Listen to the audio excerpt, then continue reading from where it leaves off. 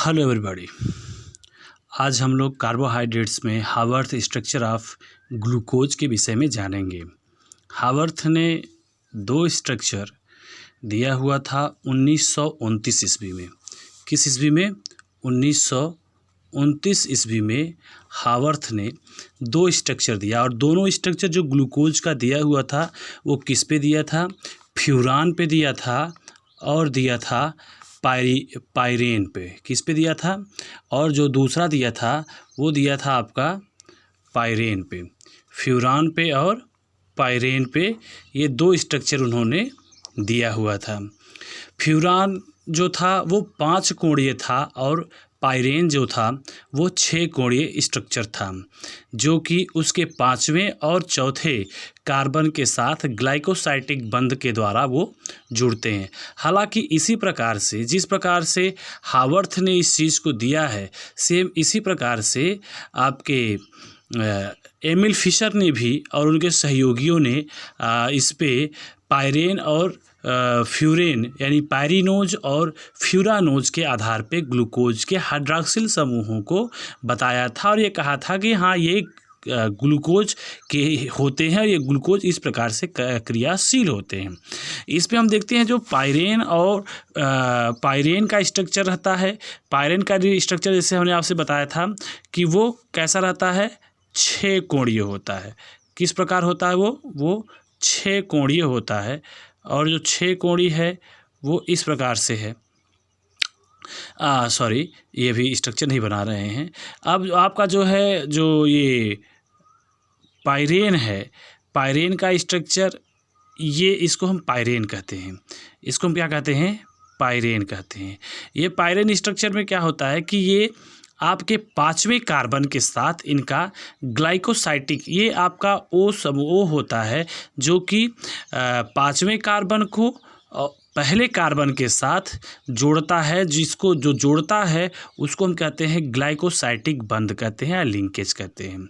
ग्लाइकोसाइटिक बंध के द्वारा ये जुड़े होते हैं।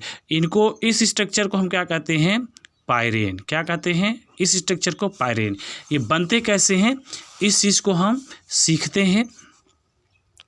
आप एक पहले जो है 6 कोणीय संरचना बना लीजिए। 6 कोणीय संरचना बना लीजिए। इस पे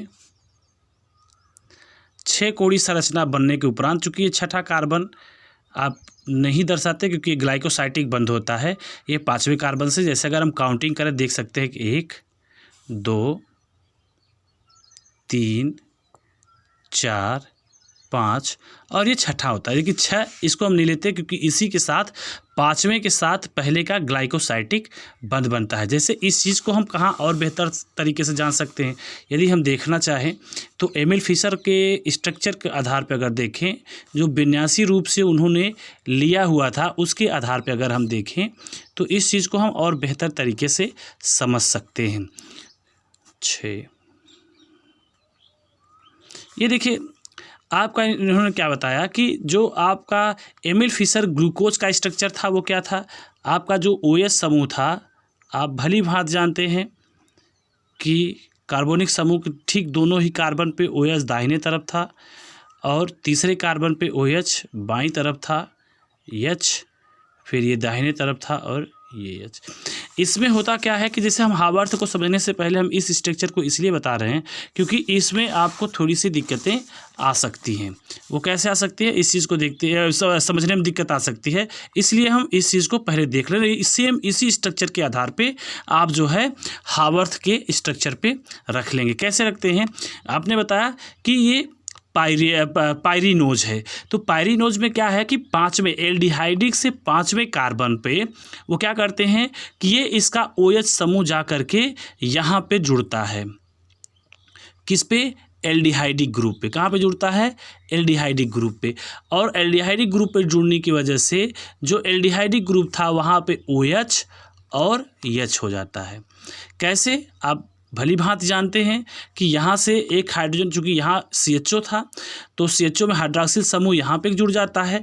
यहाँ से क्या होता है कि एक हाइड्रोजन मॉलिक्यूल्स और एक ऑक्सीजन मॉलिक्यूल्स ये ग्लाइकोसाइटिक बंध में बनने के लिए निकलते हैं, जिसमें ऑक्सीजन जो होता है वो ग्लाइकोसाइटिक बंध में यूज हो जाता है और फिर हाइड्रोजन जा कर के लग जाता है किस पे, पहले कार्बन पे, यानी कि एल्डिहाइड ग्रुप के कार्बन पे। अब यहाँ पे क्या करते हैं कि जो एल्डिहाइड ग्रुप के कार्बन पे लगे हुए हैं, तो यहाँ पे एक चीज़ ये ध्यान देना होता है कि ये तो हो गया आपका पायरिनोज, ग्लूकोपायरिनोज इसको कहते हैं। इसका नाम है आपका ग्लूकोपायरिनोज। ये क्या है, ग्लूकोपायरिनोज होता है। इस पर एक चीज़ हम ये ध्यान देते हैं कि जब ये दाहिने तरफ होता है OH, तब इसको हम अल्फ़ा कहते हैं। क्या कहते हैं, अल्फ़ा कहते हैं, अल्फ़ा ग्लूकोपायरिनोज कहते हैं। यदि यही OH जो है बाईं तरफ आ जाए, यही OH बाईं तरफ हो जाए, तब उसको हम क्या कह देंगे, बीटा। आप लोग कई बार सुने होंगे, जैसे आप लोगों ने सुना होगा कि ये D ग्लूकोज है, ये L ग्लूकोज है। इसी तरह जो है आप लोगों ने सुना होगा अल्फ़ा ग्लूकोज है और बीटा ग्लूकोज है। तो अल्फ़ा ग्लूकोज होने का क्या मतलब है, अल्फ़ा ग्लूकोज का मतलब है कि एल्डिहाइड ग्रुप के ऊपर जो कार्बन लगा हुआ, जो इसके साथ जो कार्बन है उस पे OH यदि दाहिने तरफ होता है तो उसको हम क्या कहेंगे, अल्फ़ा कहेंगे। और यदि वो बाईं तरफ OH हो जाएगा, यदि बाईं तरफ OH हो जाता है तो उसको हम क्या कहेंगे, बीटा ग्लूकोपायरिनोज कहेंगे। इसी प्रकार से जैसे ये पायरिनोज में 5वें कार्बन के साथ ग्लाइकोसाइटिक बंध बनाता है और बनाता है ये बनेगा ग्लूकोपायरिनोज, यू हो जाएगा यहाँ पे, ग्लूकोपायरिनोज बनेगा, ग्लाइको नहीं, ग्लूकोपायरिनोज। फिर से लिख दे रहे हैं, अल्फ़ा ग्लूकोपायरिनोज। क्या होता है, अल्फ़ा ग्लूकोपायरिनोज। इसी प्रकार से जो ये स्ट्रक्चर आप देख रहे हैं, इसी स्ट्रक्चर के अनुसार ही आपका हावर्थ, ये एमिल फिशर ने बनाया था और उनके सहयोगियों ने। इसी प्रकार से आपके हावर्थ ने इसके पायरेन स्ट्रक्चर पे इसे पायरेन, चूँकि पायरेन स्ट्रक्चर जो रिंग होती है वो 6 कोणीय होती है, जिसकी वजह से यहाँ पे हम इसका उपयोग करते हैं और यहाँ पे इस चीज़ को बनाते हैं कि 6 कोणी वाला पायरेन पे ग्लूकोज का स्ट्रक्चर कैसे बनता है। तो इसे हावर्थ ने दिया था। जैसे आपने देखा कि वहाँ पे क्या है, H दाहिने तरफ है, दाहिना का मतलब होता है कि यहाँ पे ये नीचे और इसे हम क्या करते हैं, ऊपर। दूसरे पे क्या है, देखिए जब आप समझेंगे तो समझ में आ जाएगा। ये एल्डिहाइड ग्रुप हो गया, एल्डिहाइड ग्रुप पे यहाँ देखिए क्या है, एल्डिहाइड ग्रुप पे क्या है, OH है, H है, तो ये कार्बन है एल्डिहाइड ग्रुप वाला। अब इसी कार्बन के दाहिने तरफ OH है और बाईं तरफ H, जैसे यहाँ पे है सेम मैंने वैसे ही रखा। फिर दूसरे कार्बन पे क्या है, ये दूसरा कार्बन है, ये दूसरा कार्बन है। तो दूसरे कार्बन पे OH किस तरफ है, दाहिने तरफ है, यानी कि नीचे की तरफ होगा। तीसरे कार्बन पे OH किस तरफ है, आप देख रहे हैं बाईं तरफ है, यानी कि इसके ऊपर होगा। और फिर क्या है, चौथे कार्बन पे आप देखेंगे, चौथे कार्बन पे OH दाहिने तरफ है, तो यहाँ चौथे कार्बन पर भी हम यहाँ पे OH दाहिनी तरफ रख लेंगे। चूँकि 5वें कार्बन के साथ ग्लाइकोसाइटिक बंध बनी हुई है, ये जो बंध है ये क्या है, ग्लाइकोसाइटिक बंध जो ये बनी हुई है ये 5वें कार्बन के साथ बनी है ग्लाइकोसाइटिक बंध। और यहाँ पे क्या है, 5वें कार्बन पे H इस तरफ रखी गई है बाईं तरफ, तो यहाँ पे हम H को बाईं तरफ लिख लेते हैं। और ठीक इसी के ऊपर छठा कार्बन यानी कि CH2OH लिख लेते हैं। ये भी आपका बन जाता है अल्फ़ा ग्लूकोपायरिनोज। क्या होता है, अल्फ़ा ग्लूकोपायरिनोज। इसी प्रकार से आपका जो है, यदि यही OH ऊपर की तरफ, पहले ही कार्बन पे परिवर्तन होगा, आप यही OH ऊपर की तरफ रहे यानी बाईं तरफ रहेगा, तो इसको हम क्या कह देंगे, बीटा ग्लूकोपाइरोनोज हो जाएगा। यानी कि हाइड्रॉक्सिल समूह जो है यदि दाहिने तरफ होता है तो उसे हम अल्फ़ा कहेंगे और बाईं तरफ हो जाता है तो उसे हम क्या कहेंगे, बीटा कहेंगे। ये स्ट्रक्चर इसलिए इम्पॉर्टेंट है कि जब आप यहाँ सुक्रोज के विषय में या लैक्टोज के विषय में जब आप जानेंगे या जब स्टार्च के विषय में आप जानते हैं तो ऐसे स्ट्रक्चर के लिए आप जैसे एमिल फिशर के अनुसार बनाएंगे तो उतनी सुविधा आपको महसूस नहीं होगी जितना कि हावर्थ के अनुसार बनाए हुए स्ट्रक्चर पे होती है। क्योंकि जब ये कई ग्लूकोज आपस में जुड़ते हैं तो इन पे पहले के साथ दूसरे, जैसे एमाइलोपेक्टिन अगर आपको जोड़ना है, एमाइलो जोड़ना है तो यहाँ पे क्या होगा, चूँकि ये स्टार्च हैं तो 28 अमीनो एसिड आपस में मोनोसेक्राइड्स आपस में जुड़ते हैं। 28 मोनोसेक्राइड जो जुड़ेंगे उसमें क्या होगा कि ये जो है आपस में इसी प्रकार से एक रेखीय श्रृंखला में जाएंगे या शाखीय श्रृंखला में जाएंगे तो पहले और चौथे के साथ ही इनका संबंध बनता है। यानी पहला चौथा और एमाइलोपेक्टिन में पहला, चौथा और छठे के साथ संयोग बनाते हैं और उसी संयोग के साथ ही आगे बढ़ते हुए चले जाते हैं जो बड़ी सी बड़ी श्रृंखला को दे देते हैं। इसी प्रकार से ये तो आपका पायरिनोज हो गया। इसी प्रकार से आपका फ्यूरान से लिया हुआ फ्यूरानोज है। फ्यूरान से लिया हुआ फ्यूरानोज स्ट्रक्चर होता है। फ्यूरानोज स्ट्रक्चर तो यहाँ पे क्या है, 5 कोणीय बनेगा, 5 कोणी बनता है। ये भी क्या है, यहाँ पे आप देख लेंगे ये स्ट्रक्चर होता है फ्यूरान का। क्या है इसका स्ट्रक्चर, ये है स्ट्रक्चर फ्यूरान का है। तो फ्यूरानोज कैसे बनेगा, फ्यूरानोज में जो ग्लाइकोसाइटिक बंध यहाँ पे 5वें कार्बन से बनी हुई है वही ग्लाइकोसाइटिक बंध यहाँ पे क्या होगा, चौथे कार्बन से ही बन जाएगी।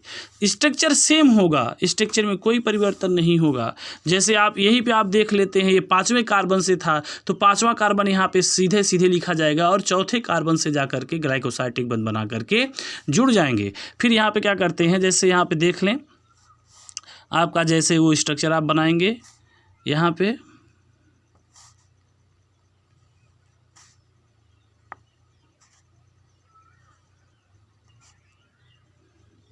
ये आपका ऑक्सीजन हो गया। यहाँ पे क्या था, हाइड्रॉक्सिल समूह थी, फिर यहाँ पे हाइड्रोजन पहला कार्बन हो गया, ये दूसरा कार्बन है। तीसरे पे OH क्या था, बाईं तरफ था तो ऊपर हो जाएगा। चौथे पे क्या था, नीचे था। अब इसी कार्बन के ऊपर यहाँ चूँकि चौथा है तो चौथे के ठीक ऊपर आप देखेंगे कि यहाँ पे एक कार्बन आपका ये जुड़ जाएगा, एक कार्बन यहाँ पे जुड़ जाएगा इसका कार्बन जो कि 5वां कार्बन होगा। फिर इसके ऊपर छठा कार्बन CH2OH हो जाएगा। इस प्रकार से आपका ये भी स्ट्रक्चर बन जाता है। तो इसको हम लिखते कैसे हैं, ये चूँकि दाहिने तरफ है इसलिए इसको हम लिखेंगे अल्फा ग्लूको फ्यूरानोज। क्या लिखेंगे, फ्यूरानोज, अल्फा ग्लूको फ्यूरानोज। ये 2 स्ट्रक्चर होते हैं, इसे हम ध्यानपूर्वक पढ़ लें क्योंकि ये परीक्षा में पूछता है कि हावर्थ के अनुसार स्ट्रक्चर बनाइए ग्लूकोज का। तो वो यदि दे देता है पायरिनोज के अनुसार बनाइए या फ्यूरानोज के अनुसार बनाइए, तो पायरिनोज के अनुसार बनाना है तो 6 कोणीय होगा और अगर फ्यूरानोज के अनुसार बनाना है तो 5 कोणीय स्ट्रक्चर बनते हैं। ये तो हो गया आपका स्ट्रक्चर से लेकर के। अब नेक्स्ट आपका जो क्लास स्टार्ट करनी है वो क्लासेस है आपकी, नेक्स्ट क्लास आपका है सिलेबस के अनुसार reducing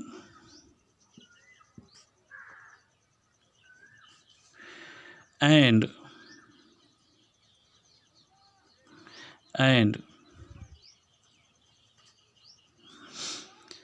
oxidizing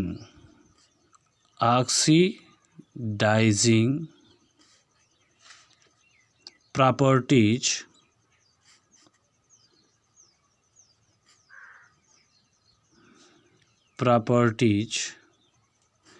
of monosaccharides, of monosaccharides.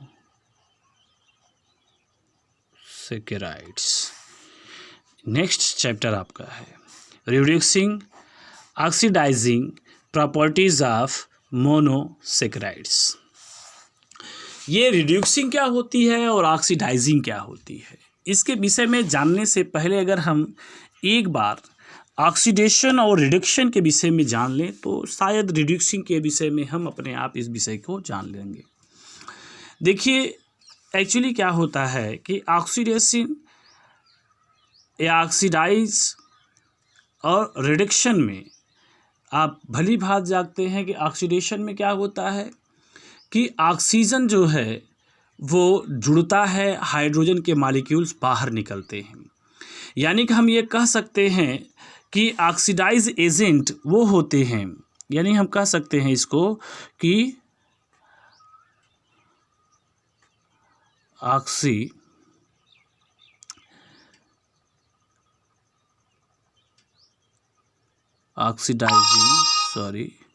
Oxidising agent वो होते हैं जिसमें ऑक्सीजन क्या होता है वो उपस्थित होता है, यानी कि मिलता है। ऑक्सीजन क्या होता है वो मिलता है और साथ में प्लस क्या होता है हाइड्रोजन वहाँ से हटता है। हाइड्रोजन मॉलिक्यूल्स क्या होते हैं हटते हैं। ऑक्सीजन जुड़ते हैं या मिलना नहीं कह सकते हैं तो जुड़ना भी कह सकते हैं, जुड़ते हैं और यहाँ से हाइड्रोजन क्या होते हैं हटते हैं। क्या हो जाता है ये ऑक्सीडाइजिंग एजेंट होते हैं ये। इसके साथ साथ क्या है अगर रिडक्शन के आधार पे देखा जाए इसी चीज़ को, अगर हम रिडक्शन के आधार पे देखें तो रिडक्शन में क्या होता है कि ठीक इसी का विपरीत होता है कि हाइड्रोजन क्या होता है जुड़ता है और ऑक्सीजन हटता है। ऑक्सीजन क्या होता है यहाँ से हट जाता है, ये होता है रिडक्शन। अगर अब हम बात करें कि ये रिड्यूसिंग सिस्टम में कैसे आती है, यानी कि हम रिड्यूसिंग कैसे कर सकते हैं, तो एक बात आप जान लीजिएगा कि ऑक्सीडाइजिंग ही रिड्यूसिंग एजेंट होते हैं। ऑक्सीडाइजिंग ही रिड्यूसिंग एजेंट होते हैं, जैसे मैं आपसे बता दूं, और रिडक्शन ही ऑक्सीडाइज एजेंट होते हैं। जैसे मैं आपसे बता दूं कि आपका कॉपर ऑक्साइड और आपके दो हाइड्रोजन मॉलिक्यूल्स हों, जब इनके साथ क्रिया होती है तो आप देखते हैं कि यहाँ पे जो कॉपर ऑक्साइड था इसको हम कह सकते हैं क्यूप्रिक ऑक्साइड था, वो कॉपर में रह जाता है, साथ में H2O बन जाता है। अब ये दो कंपाउंड्स का निर्माण होता है। इसमें क्या होता है कि यहाँ पे जो हाइड्रोजन मॉलिक्यूल्स है, इस हाइड्रोजन मॉलिक्यूल्स का यहाँ पे जो ऑक्सीजन है ये ऑक्सीजन जुड़ता है। अब जब ऑक्सीजन यहाँ पे जुड़ा हुआ है तो इसको हम क्या कह सकते हैं कि ये ऑक्सीडाइजिंग है। क्या है ये क्रिया, क्या होती है ये क्रिया होती है ऑक्सीडाइजिंग प्रक्रिया है। लेकिन अब ये है क्या, ये ऑक्सीडाइजिंग प्रक्रियाओं के थ्रू जो है इनका जुड़ा हुआ है, यानी कि जो हाइड्रोजन मॉलिक्यूल्स थे इसी हाइड्रोजन मॉलिक्यूल से यहाँ पे जब ऑक्सीजन जुड़ता है तो ऑक्सीडाइज होता है। लेकिन इसके साथ साथ क्या होता है कि इस प्रक्रिया को या इस क्रिया को हम रिड्यूसिंग एजेंट कहते हैं, जिसके थ्रू ये क्रियाएं होती हैं। जैसे एक स्थान से दूसरे स्थान पे पहुंचते हैं, रिड्यूस होते हैं, अवकृत होते हैं, उन्हें हम क्या कहते हैं, उनको हम कहते हैं रिड्यूसिंग एजेंट। क्या कहते हैं रिड्यूसिंग एजेंट होते हैं। इसी प्रकार से हम ये कह सकते हैं कि यहाँ पे यदि हम देखें इसी चीज़ को ले तो आपका जो कॉपर है यहाँ पे क्यूप्रिक ऑक्साइड पे देखें तो ये क्या है एक प्रकार का रिडक्शन होता है। क्या होता है एक प्रकार का रिडक्शन है। लेकिन प्रक्रिया क्या है, प्रक्रिया है ये किसके लिए माना जाता है, ये होते हैं आपके ऑक्सीडाइजिंग एजेंट होते हैं। क्या होते हैं ये ऑक्सीडाइजिंग ऑक्सीडाइजिंग एजेंट होते हैं। ऑक्सीडाइजिंग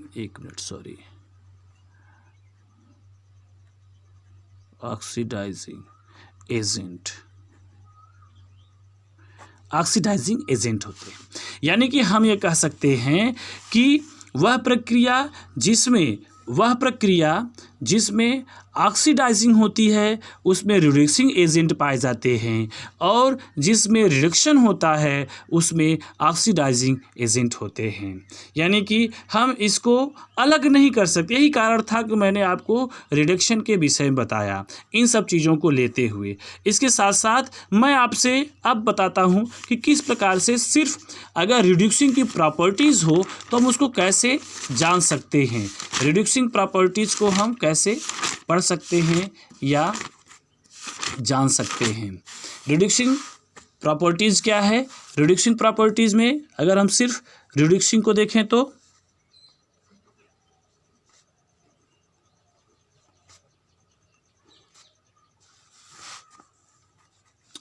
रिड्यूसिंग को अगर देखें तो रिड्यूसिंग प्रॉपर्टीज़ है क्या? रिड्यूसिंग प्रॉपर्टीज़ होती है जो स्वतंत्र एल्डिहाइडिक और स्वतंत्र कीटोनिक समूह पर जब फेलिंग के साथ संयोग करने पर उसमें उपस्थित क्यूप्रिक ऑक्साइड से एक ऑक्सीजन मॉलिक्यूल्स निकल करके ग्लूकोज के साथ जुड़ते हैं। यानी चाहे ग्लूकोज के साथ जुड़े, चाहे वो फ्रक्टोज के साथ जुड़े, यानी कि उसके एल्डिहाइडिक ग्रुप के साथ जुड़े या कीटोनिक ग्रुप के साथ जुड़े, और जो नए रिएक्शन के थ्रू जो ये अवकृत करने की क्रिया है, जो वहाँ से रिमूव होने की क्रिया है, और वहाँ पे जो क्यूप्रिक ऑक्साइड है वह क्यूप्रस ऑक्साइड में कन्वर्ट होकर के बदल करके लाल अवक्षेप के रूप में मिलते हैं, उन्हें हम क्या कहते हैं? रिड्यूसिंग प्रॉपर्टीज़ कहते हैं या रिड्यूसिंग प्रक्रिया कहते हैं। ये जब प्रक्रिया होती है तो ये होती है बेनेडिक्ट एजेंट के अकॉर्डिंग होती है। बेनेडिक्ट एजेंट के उपस्थिति में ऐसी क्रियाएं होती हैं। कैसे इसकी क्रियाएं हैं उस चीज़ को देखते हैं, से चीज़ें नोट्स में दे दी जाएंगी। इसमें क्या करते हैं इस प्रक्रिया में आप जानते हैं कि फेलिंग सॉल्यूशन क्या है। फेलिंग सॉल्यूशन के विषय में आपको बता दें कि कॉपर सल्फेट ये इसको कहते हैं फेलिंग ए। इसके साथ साथ यहाँ पे होता है 2 सोडियम हाइड्रोक्साइड। यहाँ पे क्या होता है, ये हम इसलिए लिखते हैं एक बैलेंस के रूप में भी देखा जाए। दूसरी चीज़ क्या है कि सोडियम हाइड्रोक्साइड तो होता ही है, इसके साथ साथ इंक्लूड होता है सोडियम पोटेशियम टाइट्रेट। क्या जुड़ता है? Sodium potassium titrate. यहाँ पे सोडियम की वैल्यू बढ़ती है जिसकी वजह से ये दो कंपाउंडों का जुड़ना होता है फेलिंग बी बनाने के लिए, जिसकी वजह से इसमें क्या करते हैं हम इसको 2 लिखते हैं। ये आपका एक प्रैक्टिकल भी है रिड्यूसिंग शुगर का, तो सेम यही प्रक्रियाएं होती हैं।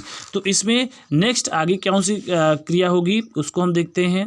जो ये फेलिंग ए होता है, ये फेलिंग बी होता है। इसके साथ साथ अब जा कर के यहाँ पे निर्माण होता है आपका फेलिंग सॉल्यूशन का, और प्लस क्या होता है सोडियम सल्फेट। क्या होता है? Sodium sulphate. अब यहाँ पे फेलिंग का निर्माण हो जाता है। इसी फेलिंग को क्या करते हैं हम? इसी फेलिंग को गर्म करते हैं। इसी फेलिंग को क्या करते हैं? गर्म करते हैं। और जब फेलिंग को गर्म करते हैं तो यह निर्माण करती है, इसमें फेलिंग को जब हम गर्म करते हैं तो यहाँ पे निर्माण होता है। जब किसी पदार्थ विलयन को गर्म करेंगे तो सर्वप्रथम क्या होगा कि वहाँ से आप देखेंगे कि H2O बाहर हो जाता है। H2O बाहर हो गया तो यहाँ पे क्या बचता है कि यहाँ बचेगा आपका क्यूप्रिक ऑक्साइड। क्या बच रहा है? Cupric oxide. मैंने वही चीज़ बताया आपसे कि उनका वहाँ पे जुड़ना, जैसे यहाँ से अभी आपने क्यूप्रिक ऑक्साइड पे ही एग्जाम्पल हमने इससे पीछे आपको बताया कुछ समय पहले कि किस प्रकार से क्यूप्रिक ऑक्साइड से ऑक्सीजन वहाँ से निकल करके वो दूसरे कंपाउंड के साथ जुड़ता है। वहाँ जुड़ने पे वो तो ऑक्सीडेशन होता है, परंतु जो एजेंट होते हैं वो होते हैं रिडक्शिंग के। तो जो क्यूप्रिक ऑक्साइड है, इसी क्यूप्रिक ऑक्साइड में जब हम शर्करा मिलाते हैं तो शर्करा CH2OH CHOH का 4, फिर इसके बाद CHO एल्डिहाइडिक ग्रुप है। फिर यहाँ पे 2 क्यूप्रिक ऑक्साइड को मिलाते हैं, और जब 2 क्यूप्रिक ऑक्साइड को मिलाते हैं तो यहाँ निर्माण होता है किसका, यहाँ पे निर्माण होता है आपके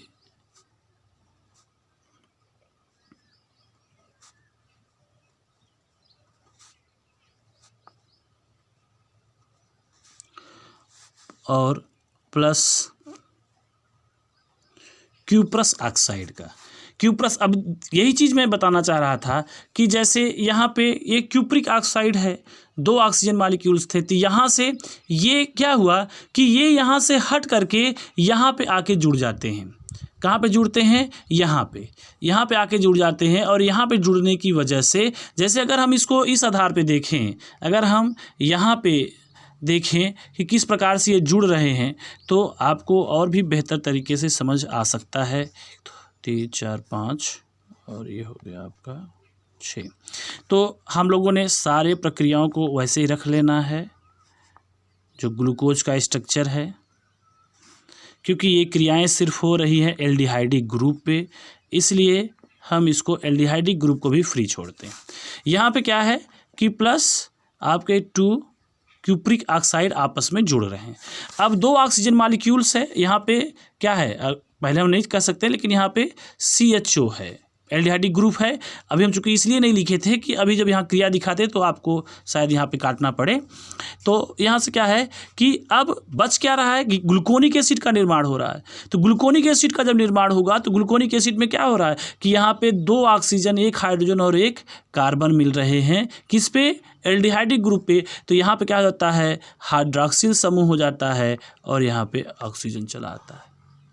इस प्रकार के जब ये जुड़ते हैं तो इस प्रकार के संरचना को देते हैं। अब यहाँ पे क्या है कि जैसे मैंने इससे पहले आपसे बताया था कि वही क्यूप्रिक ऑक्साइड, जो क्यूप्रिक ऑक्साइड था, यह क्यूप्रिक ऑक्साइड जा करके वहाँ पे हाइड्रोजन के साथ जुड़ता है, तो इसमें क्या है कि ऑक्सीडेशन की प्रक्रिया हो रही है, ऑक्सीडेशन हो रहा है, परंतु वो क्या होते हैं, रिड्यूसिंग एजेंट होते हैं। इसी प्रकार से यहाँ पे जो कि वहाँ पे सिर्फ हाइड्रोजन मॉलिक्यूल से जोड़ा गया था, यहाँ पे क्या है, ग्लूकोज के साथ क्रिया कराने पर भी ये इस प्रकार से बनते हैं। इनको हम कहते हैं ग्लूकोनिक एसिड।